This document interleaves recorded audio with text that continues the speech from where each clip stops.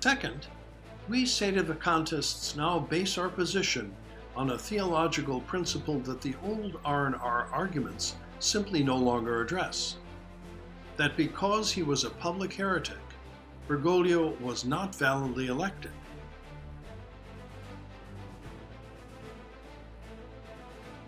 So he had no papacy to lose. The anti-Sedevacantists in the age of Bergoglio, in other words, are stuck in a rut. Wrong theologians, wrong issue. For the past decade or so, a passel of civil lawyers from the R&R camp, Christopher Ferreira, John Salsa, Brian McCall, and Robert Sisko, have put out a whole boatload of articles attacking Sedevacantism. These gentlemen argue that a heretical pope must first be put through an elaborate trial process and then declared deposed by the cardinals or a church council before one can say he is not really the pope. Given the civil legal system's blinkered and highly lucrative preference for the vague notion of due process over common sense and substance, one can easily understand why this scenario fascinates civil lawyers. Or perhaps these normally gray-suited contract, tax, and personal injury lawyers secretly imagine themselves all decked out in the colorful gear of Vatican legal functionaries, eloquently defending the Holy Father before a jury loaded with rascally Sedevacantists. Be that as it may, as the basis for their arguments requiring a papal trial, these writers generally cite the 16th century theologians Francisco Suarez and Thomas Cajetan, the 17th century Jesuit Paul Layman, or especially of late, the 17th century Dominican John of St. Thomas. Impressive names in Catholic theology, of course. And the esquires, as part of their courtroom tactics, miss no opportunity to puff the qualifications of the expert witnesses they have called to the stand. Suarez as Doctor Eximius et Pius, Cajetan as trusted advisor to Pope Clement VII, and John of St. Thomas as one of the greatest Thomists the Church has produced. Well, okay, but whatever esteem these theologians may have enjoyed for their other opinions, the theology trained since the 17th century has quite definitively left their teaching on the question of a heretical pope back at the station, an abandoned opinion. The pivotal figure for Catholic theology abandoning the position of Suarez and company was Robert Bellarmine. Since the Church declared him both a saint and a doctor of the Church, he doesn't require too much puffing from me. In his great treatise De Romano Pontifice, published in 1610, Bellarmine examined 5 different theological opinions on the question of a heretical pope, and rejected the put the pope on trial first scenario that the R&R controversialists invariably cite. Instead, Bellarmine concluded that a pope who is a manifest heretic automatically ceases to be pope and head, just as he ceases automatically to be a Christian and a member of the Church. Before arriving at that conclusion, by the way, Bellarmine devoted 4.5 pages to demolishing the opinion of Cajetan, so beloved by the R&R bar. By the 20th century, all Catholic theologians and canonists who addressed the question of a heretical pope followed the teaching of Bellarmine and unanimously adopted his position that no trial was required. Salve Maria, bom dia a todo o povo católico da terra de Santa Cruz. Quem vos fala é o Dr. Yuri Maria, dando sequência às conferências contra a tese de Cassitiaco e explicando do porquê que não devemos seguir tal tese. Sobre o vídeo anterior, uma breve recapitulação e uma breve análise das respostas dos tesistas, né? Foram de sempre, né? O senhor está desrespeitando o Monsenhor Guerard, como se eu estivesse desrespeitando. Queria saber qual foi o desrespeito à pessoa de Monsenhor Guerard. Provar que a carta é do próprio Monsenhor Guerard é uma falta de respeito, segundo esses tesistas. Então, enfim, eu sei que debater com tesista é uma perda de tempo. São muito apaixonados, uns fazem até culto privado de Monsenhor Gerhard, que se veste igual ele, assim, olha no espelho, sabe? Faz essas coisas aí. É uma idolatria à pessoa de Monsenhor Gerhard, que a gente, né, viu que cometeu sim alguns erros. Entre outras coisas, temos também aqui umas respostas, né, do seminarista do Monsenhor Sembor, Paulo Cavalcante, publicou uma resposta ao primeiro vídeo, e foi muito engraçado, porque ele simplesmente traduziu uma tradução mal feita, parece que foi feita no Google, não sei, traduziu um artigo de 2020, o qual foi o motivo de eu ter feito e pago o perito, para ver se aquele artigo lá está falando a verdade, porque no artigo falava que a carta não era de Monsenhor Gerhard. Então foi pago o perito para refutar esse artigo. E o laudo é para ver, primeiro, se a carta é falsa ou não é falsa, e se é de Monsenhor Gerhard realmente. E foi comprovado pelo laudo pericial. Isso daí eles nem querem... E outra, eles nem responderam a segunda carta, que foi mais reveladora ainda. Que Monsenhor Gerhard rezava a Unacum, acreditava em Garabandal, e colaborando com o relato do motorista dele, que era testemunha próxima, de que ele não acreditava na tese de Cassitiaco. Mas isso eles nem responderam. E apenas repetiram um artigo pelo qual foi feito realmente, pelo qual eu paguei o perito para ver se era verdade ou não. Pois bem, agora vamos para a parte 2, vamos partir para a tese em si mesma, né? E vamos começar a pergunta se a tese é ou não é sede vacantista. Para a gente ver, para mostrar para vocês, católicos, que às vezes vocês estão sendo enganados por esses padres que são tesistas, que se dizem sede vacantistas. E vamos ver se realmente ela é sede vacantista ou não. Lembrando que a todos que no final de todas essas conferências, a resposta dos tesistas será sempre essa: o senhor não entendeu a tese. Então é sempre essa resposta que a gente vai ouvir. Depois de todos esses argumentos, eles vão falar sempre: o senhor não entendeu a tese, com aquele ar de... Mas vamos ver se eu não entendi realmente a tese ou não. Eu vou seguir agora com um breve resumo histórico. Talvez algumas pessoas vão ficar perdidas, talvez não, né? Mas eu quero que pergunte aqui, deixe no comentário se tiver alguma dúvida, se for algo muito rápido, se tiver alguma parte que não foi bem entendida, porque nós vamos adentrar a tese agora. Então, a origem da tese de Cassitiaco. A tese de Cassitiaco, vou chamar simplesmente de tese, embora seja apenas uma teoria, não é propriamente uma tese, né?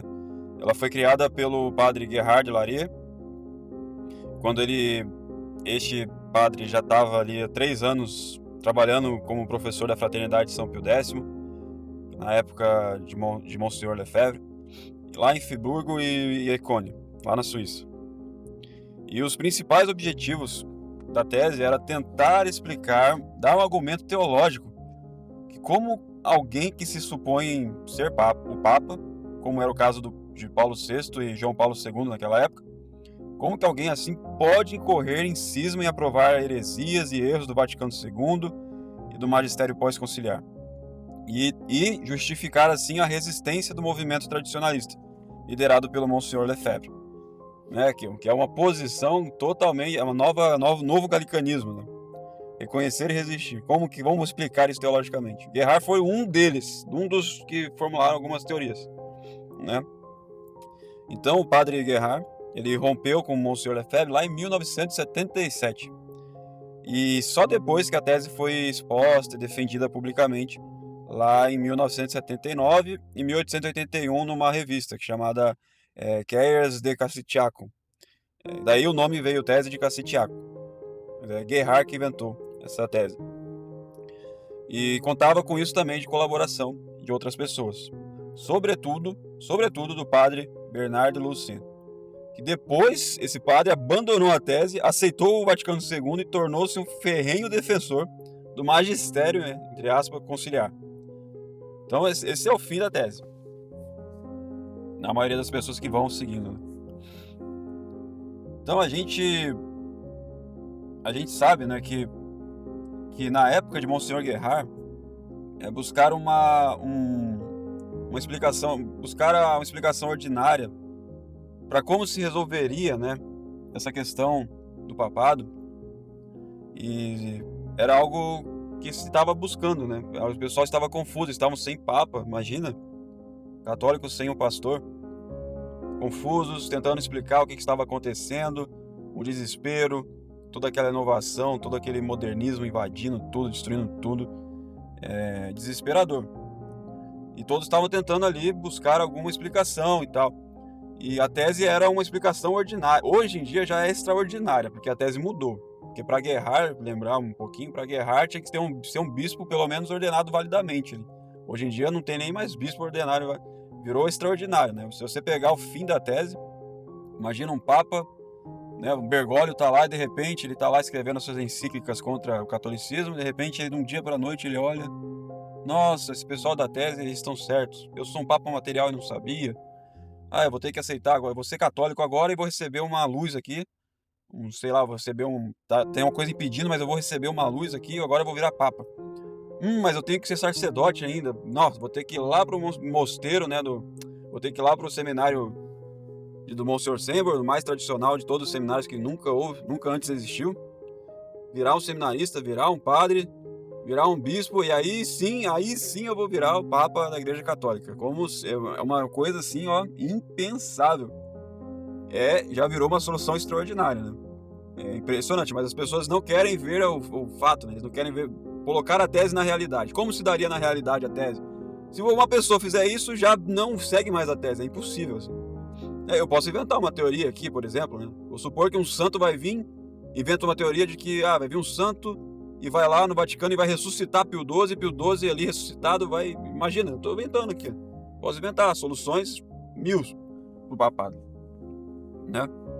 Mas a tese totalista, os totalistas, né, o sedevacantismo totalista, ele tem uma solução que é ordinária, que é baseado na doutrina, que é o concílio geral imperfeito.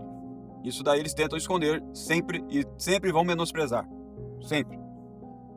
E a tese começou a ser um problema quando ela se tornou um dogma de fé lá naquele seminário do Monsenhor Sembor, se tornando um dogma de fé, expulsando seminaristas que não aderiam à tese. Que antes nós éramos sedevacantismo todos amigos. É uma hipótese, só uma hipótese. Você acredita, eu posso não acreditar e tal, segue aí, segue aqui. Vamos seguir juntos contra o modernismo. Mas hoje não, hoje virou dogma de fé. E querem falar que nós somos sectários. Então, eu acho que deviam ser revistos esse termo aí. Quem que é sectário realmente, né? Então vamos continuar. Muitos se enganam com essa tese, crendo que ela é um tipo de sedevacantismo, que de maneira diferente conclui a mesma coisa que o sedevacantismo. Afinal, na prática, os adeptos da tese aparentam ser como os sedevacantistas. Eles dizem não rezam unacum Bergoglio, e que os modernistas que ocupam a cátedra de São Pedro após a morte do Papa Pio XII não são verdadeiros papas, eles falam isso. Mas também há padres lefebristas que, apesar de não dizerem que Bergoglio não é papa, não rezam missa unacum Bergoglio, e que no resto agem idêntico aos sedevacantistas, apesar de não serem sedevacantistas. Por outro lado, há adeptos da tese que consideram como verdadeiro papa o maçom modernista Angelo Roncalli. Dentro da tese há outras ali tem vários tipos de tese. Tem inclusive esses tesistas que acreditam que Roncalli é papa legítimo, que tomou o nome ainda de João XXIII, né, Roncalli. Como é o caso dos seguidores do padre Belmont, e padres que na missa rezavam e rezam no cano da missa não conforme ordena as rúbricas da Santa Igreja, mas conforme a invenção de Dom Guerard, que ele propôs, né, naquela revista, Tese de Cassitiaco. Ele propôs rezar unacum sede apostólica, algo totalmente novo, assim, nunca vi isso. E no site, né, da Liga do Santo Amadeu, que é uma associação de fiéis francófonos, são atendidos pelo Instituto Mater Boni Concili, conhecido como IMBC, que é o maior propagador da tese do mundo, né? Quem não se conhece, esse instituto é o maior propagador da tese. Eles falam que se deve rejeitar a assistência à missa, onde esses falsos papas são nomeados no cano da missa, como acontece nas mitas ditas unacum, e que se deve preferir a assistência à missa onde no cano se reza com a fórmula inovadora unacum sede apostólica. e explicam com as seguintes palavras. Eles dizem assim, ó, entre aspas: por esta fórmula expressamos toda a nossa submissão e união com a autoridade da sé apostólica. Autoridade que não questionamos quando afirmamos que o eleito atual não a detém. Segundo a tese de Cassitiacum, uma pessoa eleita ocupa a sé apostólica, que não está vacante. Este ocupante, embora permanecendo papa em poder, não é papa, não é o vigário de Cristo, não tem autoridade sobre a igreja. Nestas condições, designar a sé, em vez de designar o eleito como papa, exprime precisamente esta realidade da persistência da sé apostólica pela existência de um eleito, apesar de não terem recebido a autoridade que deveria ter sobre a igreja.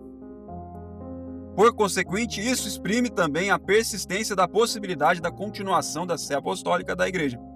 Uma vez que a continuidade da apostólica não é rompida, ela permite ter hoje e para o futuro uma pessoa eleita ou a possibilidade de uma eleição. Caso contrário, a história da igreja pararia e as portas do inferno prevaleceriam. Fecha aspas. Esse aí é o termo deles.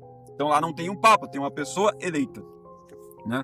É isso que eles falam, e tem que fazer essa fórmula aí, una cum sede apostólica, uma fórmula que nunca existiu na história da igreja.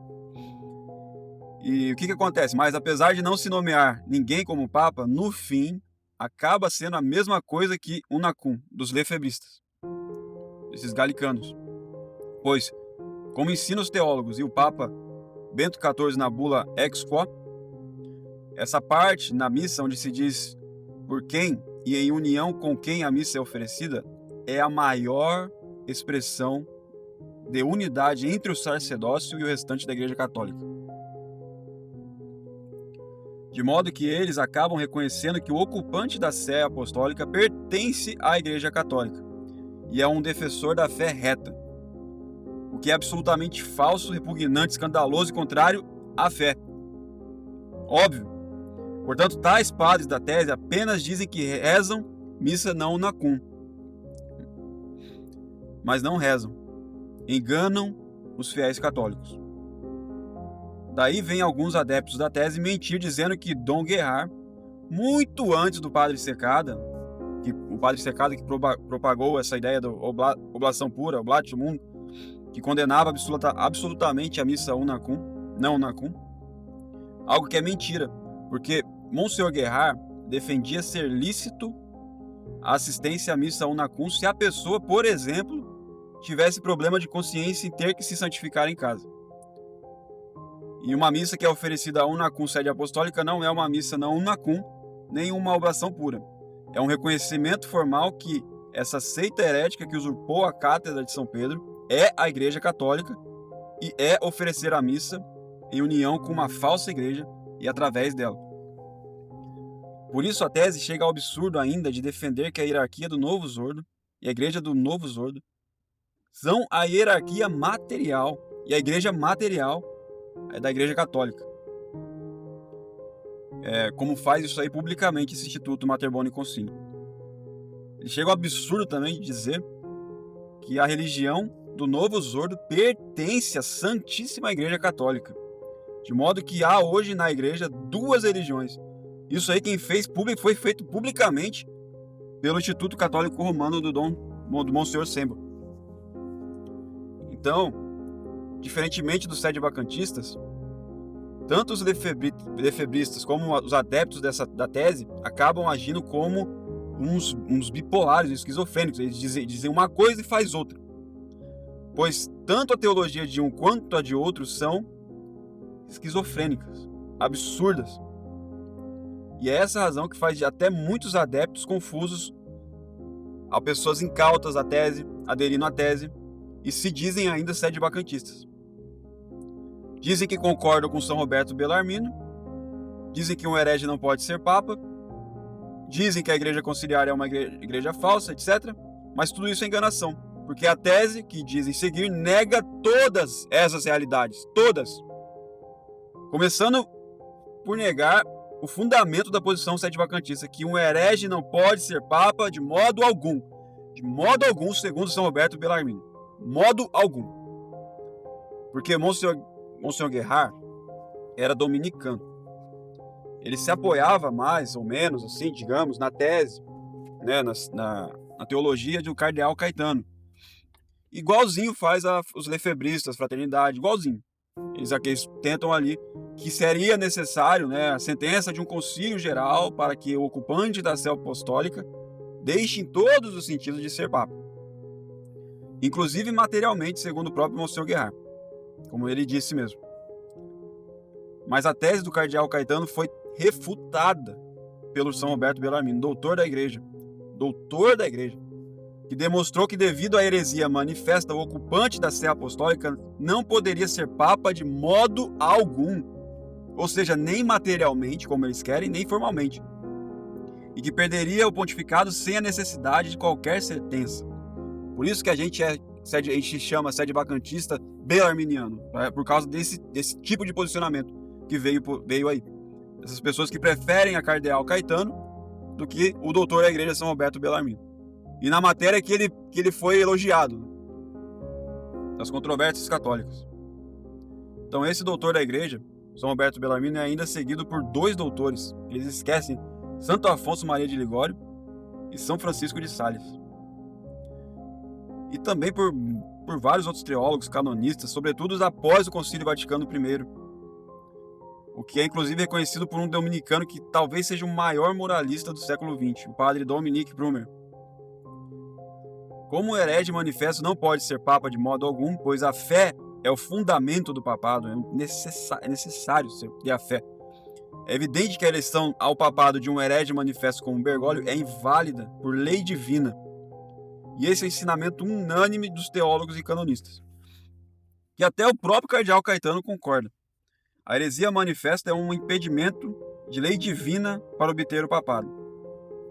O padre Felipe Maroto, professor de Direito Canônico do Pontífice Colégio de Santo Atanásio, consultor do Santo Ofício, que trabalhou na preparação do Código de 1917, escreveu: ponto A. A validade da eleição, no que diz respeito à pessoa eleita, depende apenas da lei divina. Em outras palavras, nenhum outro impedimento, exceto os previstos pela lei divina, invalida a eleição de um romano pontífice. Por consequente, para uma eleição válida de um romano pontífice, é agora necessário e suficiente que a pessoa eleita seja, ser um membro da igreja, pois aquele que não pertence à igreja é considerado incapaz de possuir jurisdição, especialmente jurisdição ordinária, e não pode efetivamente ser o chefe da igreja. Por esta razão, os infiéis, os não batizados, não podem de modo algum ser validamente eleitos. Assim também a própria lei divina proíbe os hereges e os cismáticos do Supremo Pontificado. Fecha aspas. Portanto, o que impede os hereges de serem papas não é a sentença da igreja. Não é se eles serem sentenciados canonicamente, como dizem os adeptos da tese. Senão, os teólogos diriam que a heresia é um impedimento de lei eclesiástica e não de lei divina. Os teólogos deveriam dizer, não, a heresia é um impedimento de lei eclesiástica e não de lei divina, mas não, é impedimento de lei divina. E o padre Secada, no artigo Tradicionalistas, Infalibilidade e o Papa, ele explica essa confusão que os lefebristas e os adeptos da tese cometem, onde ele responde o argumento de que ninguém é herege sem a igreja condená-lo como tal. E assim explica o padre Secada.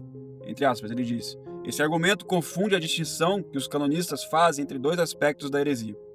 A moral, que é a heresia enquanto um pecado contra a lei divina, e o canônico, que é a heresia enquanto um crime, um delito, contra a lei canônica. Esta distinção é fácil de compreender quando se aplica ao caso do aborto, né? Podemos considerar o aborto sob 2 aspectos: um moral, pecado contra o 5º mandamento, que resulta em perda de graça santificante, e 2, canônico, crime contra o cânon 2350, eu acho, que é do Código Canônico, que resulta na excomunhão automática, ipso facto. E no caso da heresia, advertências somente entram em jogo, assim, digamos, quando é para crime canônico da heresia. Essas advertências não são obrigatórias para que se cometa o pecado de heresia contra a lei divina. É como explica o canonista Michael, que nos dá uma clara distinção. pertinácia não inclui necessariamente longa obstinação do herege, advertências da igreja. Uma coisa é a condição para o pecado de heresia, outra é a condição para o crime canônico de heresia, punível por lei canônica. Então, é o pecado público de heresia que faz o Papa perder a autoridade de Cristo. Se uma situação assim acontecesse, diz o canonista Coronato, ele, o romano pontífice, iria, por lei divina, cair do seu ofício sem nenhuma declaração. Sem nenhuma declaração. Além disso, a nossa realidade mostrou que isso não é só um ensino unânime dos teólogos e canonistas, mas é uma verdade de fé. Por quê? Se esse ensinamento não fosse correto, então todos os modernistas que usurparam a cátedra de Pedro após Pio XII seriam verdadeiros papas que ensinaram heresias, não só em magistério privado, ou seja, não só como doutor privado, mas também no magistério público, ou seja, como romano pontífice ensinando como autoridade que Cristo conferiu a ele. Então, quando os teólogos falavam da possibilidade de um papa incorrer em heresia, era tão somente quanto ele exercia seu magistério privado, né? Onde ele falava como qualquer outro doutor em teologia aprovado pela igreja. Que é o que o Papa Bento XIV escreveu em um dos seus livros, dizendo que ele não falava na autoridade de romano pontífice, mas de um teólogo como qualquer outro. E, geralmente isso também vale para quando o Papa está se pronunciando em uma audiência ou em um sermão. Nesses casos, o Papa não é infalível. Ele pode pecar contra a fé, ensinando até publicamente uma heresia. Mas os teólogos e o magistério jamais admitiram a possibilidade de um Papa ensinar a heresia em seu magistério ordinário, que geralmente é exercido em encíclicas e em outros documentos papais. Pelo contrário, o magistério já condenou tal ideia. Pois, como ensinou o Papa Pio XII na encíclica Humani Generis, as palavras de Nosso Senhor, quem vos ouve, a mim ouve, quem vos rejeita, a mim rejeita, valem para o Papa não só ao exercer seu magistério extraordinário, mas também seu magistério ordinário. E conforme a encíclica na Statis Cognito do Papa Leão XIII, se a igreja em seu magistério pudesse errar em doutrina de fé, seguir-se-ia o que evidentemente é absurdo, que o próprio Deus seria o autor do erro dos homens. O que seria heresia, pois Deus, sendo perfeito, não pode se enganar e nos enganar. Ademais, a indefectibilidade da Igreja Católica a protege do erro. E isto é um dogma. Portanto, seria contrária à fé católica a possibilidade desses modernistas serem papas. E contudo, a fim de evitar o sedivacantismo, ao analisar a questão da incompatibilidade entre a heresia e o papado, Dom Guerard propôs a teoria de que esses papas foram validamente eleitos, porém ficaram privados da autoridade papal, por terem posto um suposto obstáculo na autoridade que Cristo comunica ao Papa. Então ele inventou esta ideia do obstáculo. E esse suposto obstáculo, né, seria uma falta habitual de intenção desses eleitos ao papado de buscarem o bem comum da igreja, que em última instância é a lei máxima da igreja, a salvação das almas. A lei suprema é a salvação das almas, que se alcança através do ensino da verdade e da reprovação do erro, através da devida recepção dos sacramentos, através da perpetuação do sacerdócio, da manutenção da igreja, etc. Porém, essa teoria de que os que ocupam a sé apostólica ficariam privados do seu poder de governo, que é a jurisdição papal, devido a essa falta habitual de não quererem, não buscarem o bem comum da igreja, é um absurdo filosófico, primeiramente, e teológico, sem igual da tese. Porque para a filosofia política, por exemplo, Santo Tomás e Aristóteles, vemos que a total possibilidade de um governante ir habitualmente contra o bem comum da sociedade que ele governa, sendo nesse caso um tirano, e naquilo que ele ordena injustamente deve ser desobedecido, como disse o Papa São Leão XIII. Mas o fato desse governante tirânico atentar habitualmente contra o bem comum da sociedade civil não seria de modo algum a causa pela qual ele perderia seu poder de governo. Pois, apesar de um governante não buscar o bem comum de uma sociedade, ele ainda possui o poder de governar. Então ele ainda possui poder. Vemos então que, para a filosofia política de Santo Tomás e Aristóteles, que esta ordenação ao bem comum da sociedade é o que constitui a autoridade, propriamente dita. Conquanto se costuma usar como sinônimos que deve-se ter uma distinção entre poder e autoridade. Porém, nos dias de hoje, a gente sabe que não se costuma fazer essa distinção, há uma confusão entre poder e autoridade. Então, possui poder aquele que tem capacidade efetiva e tem os meios para fazer isso, os meios de fato, né, de governar a sociedade. Agora é diferente, quem possui autoridade é aquele que possui sabedoria teórica e prática para ordenar a sociedade ao seu bem comum. É como diz o professor de Metafísica e Filosofia Política da Universidade Católica de Valparaíso, o Dr. João Antônio Widdow.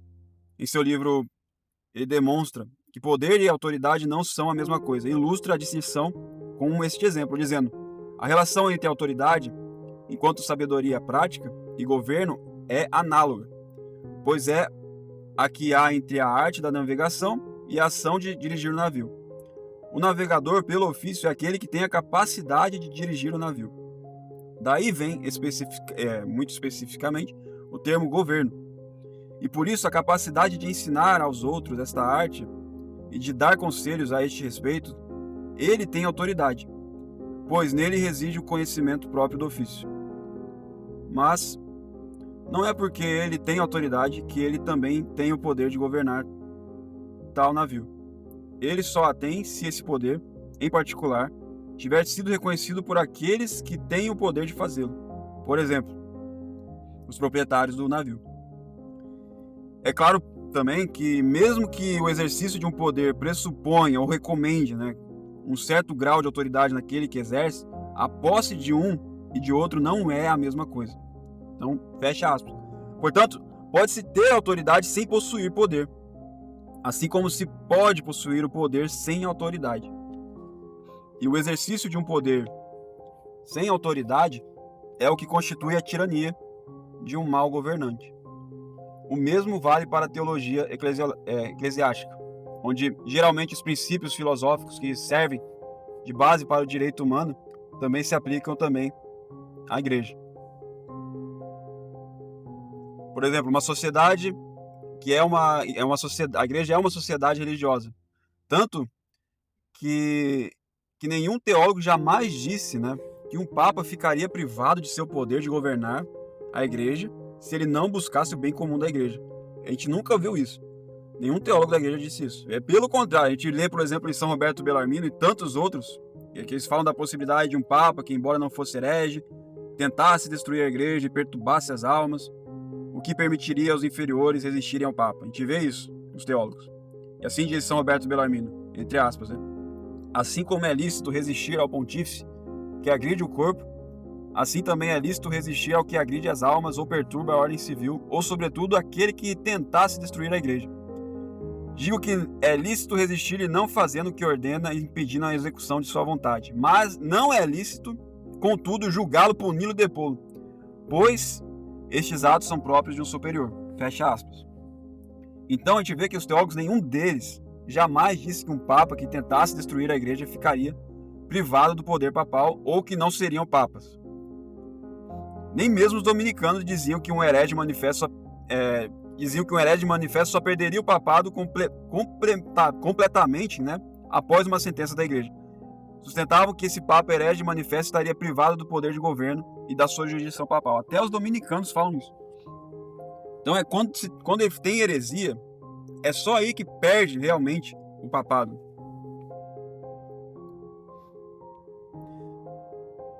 Mas enfim, esse erro,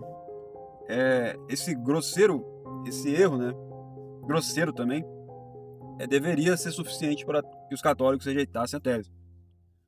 No entanto, muitos adeptos da tese se envaidecem, a gente vê, porque seguem essa tese, que só aparenta ser complexa e tomista, ela só aparenta, e que na visão deles só entendem, aqueles que entendem suficientemente de filosofia e teologia escolástica, como é o que diz, o próprio Monsenhor Sembor, atacando publicamente a memória dos falecidos padre Anthony Checada, que foi professor de liturgia e direito canônico no próprio seminário do Monsenhor Sembor, e também do bispo, que Deus o tenha, o Monsenhor Dolan, que o ajudou a fundar o Seminário da Santíssima Trindade. Então esse é o nível da arrogância dessa gente que segue a tese. E a gente vai ver ainda esse erro grosseiro, não é o único em filosofia e teologia, que essa tese esquizofrênica faz, né, que ela comete.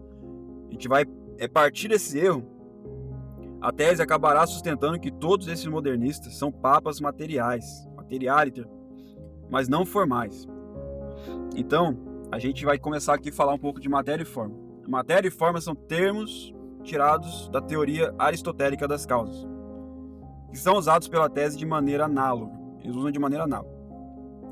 E para compreenderem o que eu vou falar aqui, né, sobre a metafísica, eu acredito que seja suficiente dar apenas alguma noção básica de cada um desses termos.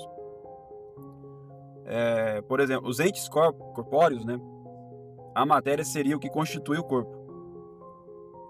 E a forma é aquilo que faz o ente ser o que ele é. Por exemplo, no homem, o corpo é a causa material e a alma racional é a causa formal. São coisas distintas e inseparáveis na realidade. É inseparável, na realidade é inseparável. Elas só são separáveis apenas no intelecto, que a gente consegue abstrair dessas coisas. E se a causa material do homem se separasse da causa formal, já não haveria mais homem, animal racional. Pois o corpo seria apenas um cadáver e a alma seria um espírito. Deste modo, segundo a analogia feita pela tese, a causa material que constitui o Papa seria, segundo a tese, a sua eleição papal válida. E a causa formal seria a sua autoridade ou poder de jurisdição comunicado por Cristo. É uma analogia válida, o erro está a separar na realidade estas duas realidades distintas, mas inseparáveis nas causas que constituem o Papa: a eleição válida e o poder papal.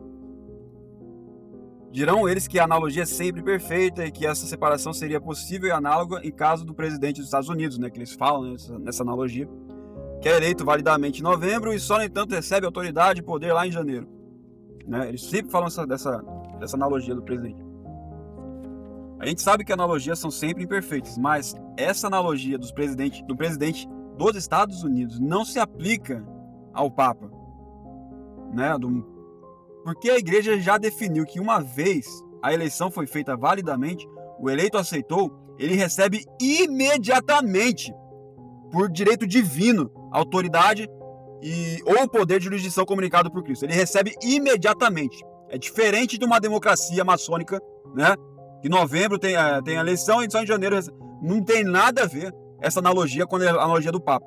Impressionante. Imediatamente recebe. E se o Papa não recebe essa autoridade ou poder papal, é porque não foi eleito validamente, ou seja, não era papável, conforme sustenta a posição sedevacantista, baseando-se no ensino unânime dos teólogos e canonistas, de que um herege não pode ser eleito ou designado validamente, por direito divino.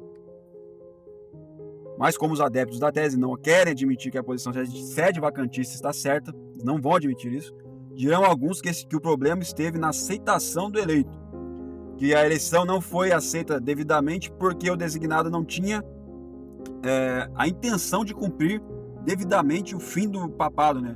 A intenção, eles entraram na mente da pessoa lá e falaram: não, você não tem intenção, não quer, porque ele não busca o bem comum da igreja, de maneira análoga ao matrimônio, que os dois cônjuges, né, não têm alguma intenção essencial para contrair um matrimônio válido. De modo que, diante da igreja, os dois foram casados validamente, contraíram as obrigações legais, mas diante de Deus, não. O matrimônio foi inválido e não poderiam se portar moralmente como casados. Então, novamente, essa analogia outra que eles fazem, né? As analogias são imperfeitas e não podem, assim, provar o todo, né, idêntico, julgando apenas um aspecto idêntico dessas coisas, dessas ideias diferentes. E essa analogia do matrimônio também não se aplica a uma eleição válida de um papa. Porque se o eleito ao papado não aceitou a eleição canonicamente feita, o Código de Direito Canônico prevê que tal eleição não aceita dentre 8 dias úteis é inválida. O próprio direito canônico fala. E ainda que essa lei de prazo não se aplique à eleição do Papa, o eleito que não aceita devidamente a eleição não pode contrair os direitos papais diante da igreja, porque pertence também ao direito eclesiástico que assim que o eleito aceita a sua eleição papal, ele imediatamente, essa palavra imediatamente tem que ser falada sempre, imediatamente recebe por direito divino o poder papal. Isso é uma doutrina que sempre foi admitida por todos os teólogos, é impressionante, todos os teólogos falam isso, e foi definido ainda pela Igreja Católica, que não pode errar, a Igreja não pode errar, é imediatamente. Então, se para a tese não há razão para a incompatibilidade entre heresia e jurisdição papal, eles falam que não há incompatibilidade, menos ainda há entre jurisdição papal e uma suposta intenção de tentar destruir a igreja e perder as almas. Enfim, é como disse o célebre teólogo e canonista, que no século XX foi professor da Pontifícia Universidade Gregoriana Jesuíta Félix Capello. Não se pode falar de eleição propriamente dita se o eleito não adquire o direito de exercer jurisdição. Félix Capello.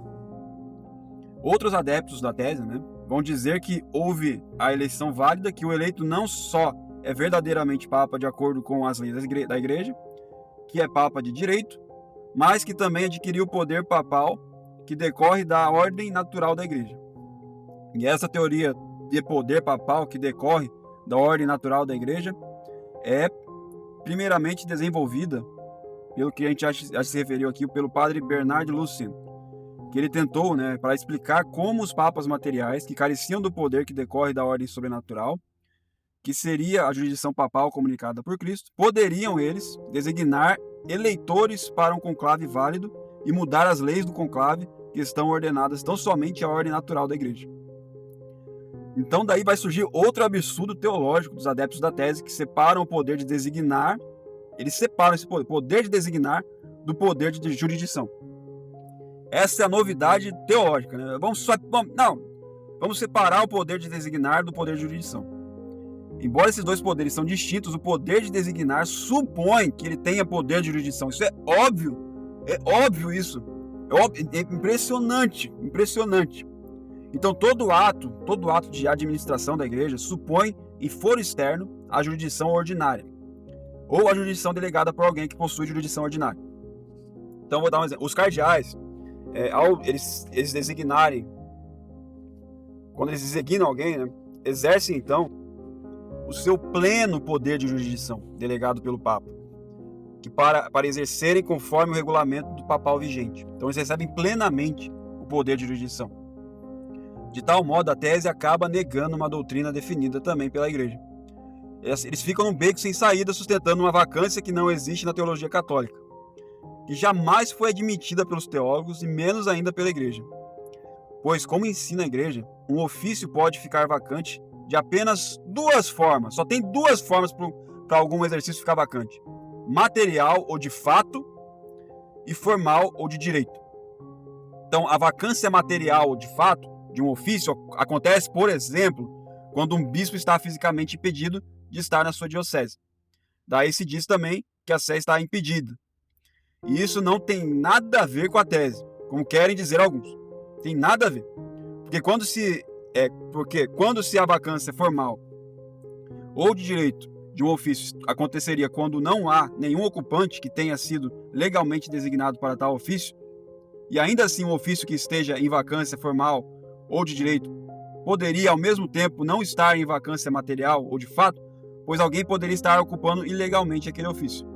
É como acontece com os cismáticos orientais. Eles não têm poder de jurisdição, mas mantêm as sés apostólicas ilegalmente, e uma sucessão apenas material.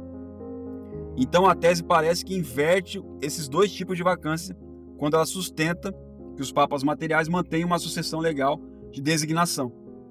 Mas em realidade eles acabam sustentando uma vacância que é como se a vacância de direito ou a vacância formal pudesse se dar de dois aspectos distintos da designação legal, ou o material e o formal, onde o material é o mero exercício, ele apenas faz exercício e a possessão do poder de designar, e o formal seria aí sim, aí a jurisdição suprema. Mas essa é uma distinção absurda que não tem fundamento nenhum na teologia católica, cria uma ideia de vacância também absurda. A única vacância que o católico pode e deve constatar é a vacância formal do papado. Não no sentido inovador e sem fundamento e louco da tese, não é nesse sentido, mas no sentido que ensinam todos os teólogos da Santa Igreja, no qual o atual ocupante da Sé de São Pedro, Jorge Mário Bergoglio, foi designado ilegalmente, portanto, é um usurpador. Há uma vacância formal e uma usurpação de fato da Sé Apostólica. Então tem duas coisas ali na Sé Apostólica, uma vacância e uma usurpação. E essa é a posição sedevacantista, a única posição católica diante de tudo isso. E que é rejeitada, inclusive pelos adeptos dessa tese inovadora. A gente não pode considerar essa tese como sedevacantista. Dom Guerard, para vocês terem ideia, nunca disse ser sedevacantista, como fazem hoje esses adeptos da tese. Esses adeptos da tese enganam os católicos incautos. E às vezes até eles enganam a si mesmos, né? Monsenhor Guerard e Padre Lucien, eles insistiam que a igreja estaria em estado de privação, porque a Sé Apostólica estaria privada de sua autoridade. Daí razão pela qual chama a posição da tese de sede-privacionismo. E de sede-privacionistas, aqueles que seguem a tese.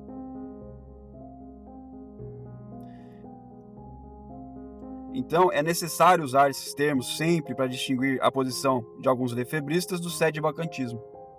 A posição do padre Calderon, por exemplo, da Fraternidade, além de reconhecer alguma legitimidade no falso clero da Igreja Conciliar, como faz a tese, sustenta ainda que tal clérigo não tem autoridade nenhuma e por isso todo o magistério conciliar não tem nenhum valor. É uma posição próxima, assim, namora a tese de Cassitiaco. E é assim uma posição chamada RR, inclusive, pelos adeptos da tese, que é uma posição, né? Então não há razão para considerar a tese como uma posição sedevacantista. É uma posição reconhecer e resistir. O próprio Monsenhor Sembor disse no seu tese show que não se pode fazer como fazem os sedevacantistas que não reconhecem nada nos modernistas, né? Não se pode fazer isso. Então, a tese tem que se fazer como esse pessoal da fraternidade, como esses lefebristas. Eles acabam fazendo o quê? Esperando a conversão dos modernistas para que a Igreja Católica possa ser restaurada. Eles deformam a doutrina católica e criam mais teorias e mais teorias absurdas, como essa teoria de que há duas igrejas, que é como muitos lefebristas fazem, ou a teoria de que há duas religiões na Igreja Católica, que é o que os adeptos da tese fazem. Não basta. Um católico tem que afirmar a doutrina católica. A igreja é una e é uma sociedade perfeita. Sua existência não pode depender de uma sociedade alheia a ela. Não pode se depender de uma falsa igreja, de uma religião de modernistas. Jamais. E ao que me parece sustentar que a restauração da igreja católica depende da seita Novus Ordo, né? Sustentar isso, né? Não, a restauração depende desses modernistas. Isso daí parece uma heresia. Para mim é uma heresia. Porque é negar também a doutrina da fé, que a Santa Igreja Católica Romana é uma sociedade perfeita. Eles negam isso, quando eles falam isso. Nós dependemos da conversão de Jorge Mário Bergoglio para que a igreja volte a ser normal. Então está dependendo de uma falsa religião. A igreja não é uma sociedade perfeita? Então ela não depende disso. E essa proposição já foi condenada pela igreja. Então a seita conciliar é outra religião, não é a igreja católica. São coisas, é evidente. Até os adeptos da tese, no máximo, são capazes de objetar, né, os sedevacantistas, indagando por que os clérigos sedevacantistas não pedem, né, abjuração. E essa foi a objeção que Monsenhor Sembor fez a Monsenhor Dolo. Porque se ela é outra igreja, por que vocês não pedem abjuração? Mas qualquer católico, né, de bom senso, compreende que essa indagação é respondida não com o absurdo que Monsenhor Sembor disse, de que devemos reconhecer os modernistas como parte legal da igreja, mas com a simples consideração de que os católicos estavam nessa seita judaico-maçônica por acharem que estavam na igreja católica, que é a mesma lógica simples do porquê comer carne em algum dia de abstinência sem saber que é um dia de abstinência, que não configura pecado. Isso está plenamente de acordo com os canonistas, que ensinam que não há delito nenhum quando se adere a uma seita acatólica, crendo estar na Igreja Católica. Não há delito. Entendeu? E além de afirmar que a doutrina católica, o católico deve ser realista. Essas falsas posições católicas, como a dos RRs, da tese de Cassitiaco, que querem propor uma solução aparente, mais teológica à crise da igreja, como se o maior problema fosse que os modernistas estão no erro doutrinal, eles ignoram completamente o fato que essa seita Novus Ordo não é meramente um grupo ou uma sociedade de católicos que caíram na heresia e de outros que estão enganados pelos hereges, mas é uma sociedade governada pela sinagoga de Satanás. É tentáculo da ONU, esse povo todo aí que está aí, né, que quer destruir de todo modo o catolicismo. Como isso é mostrado e evidente pelo padre Arriaga no Complô contra a Igreja. Existe aquele católico que leu o livro Complô contra a Igreja e existe aquele que não leu. Entendeu? Esse livro todos deveriam ler. Como que é essa batalha contra a Igreja Católica? É isso que a sinagoga sempre tentou ao se infiltrar na igreja. Identificando esse tentáculo da sinagoga de Satanás como sendo de alguma forma a Igreja Católica, né? Você querendo que esse corpo aí seja de alguma forma a Igreja Católica, vocês vão cometendo grave blasfêmia contra a Santa Igreja e também contra a fé católica. A sinagoga de Satanás quer, e por isso que Monsenhor Dolan tinha toda a razão ao dizer que a tese de Cassitiaco é só mais um tentáculo do Novus Ordo para manterem católicos unidos a uma seita judaico-maçônica. Enfim, pelo que foi dito, queira Deus que seja suficiente para que os católicos repudiem essa falsa posição católica que de maneira tão absurda acaba inovando e contradizendo a doutrina católica ensinada pela igreja e pelos teólogos. E aos que desgraçadamente querem continuar seguindo essa tese que se mostra contrária à fé e à teologia católica, tenham ao menos a decência de se não dizerem sede-vacantistas. Tem que ter uma decência. Fazendo mais ainda a confusão nessa crise, que já é confusa. As pessoas mal chegam no sede-vacantismo, ainda tem que se debater, debrulhar com isso. Então fala assim, não somos sede-vacantistas, somos sede-privacionistas.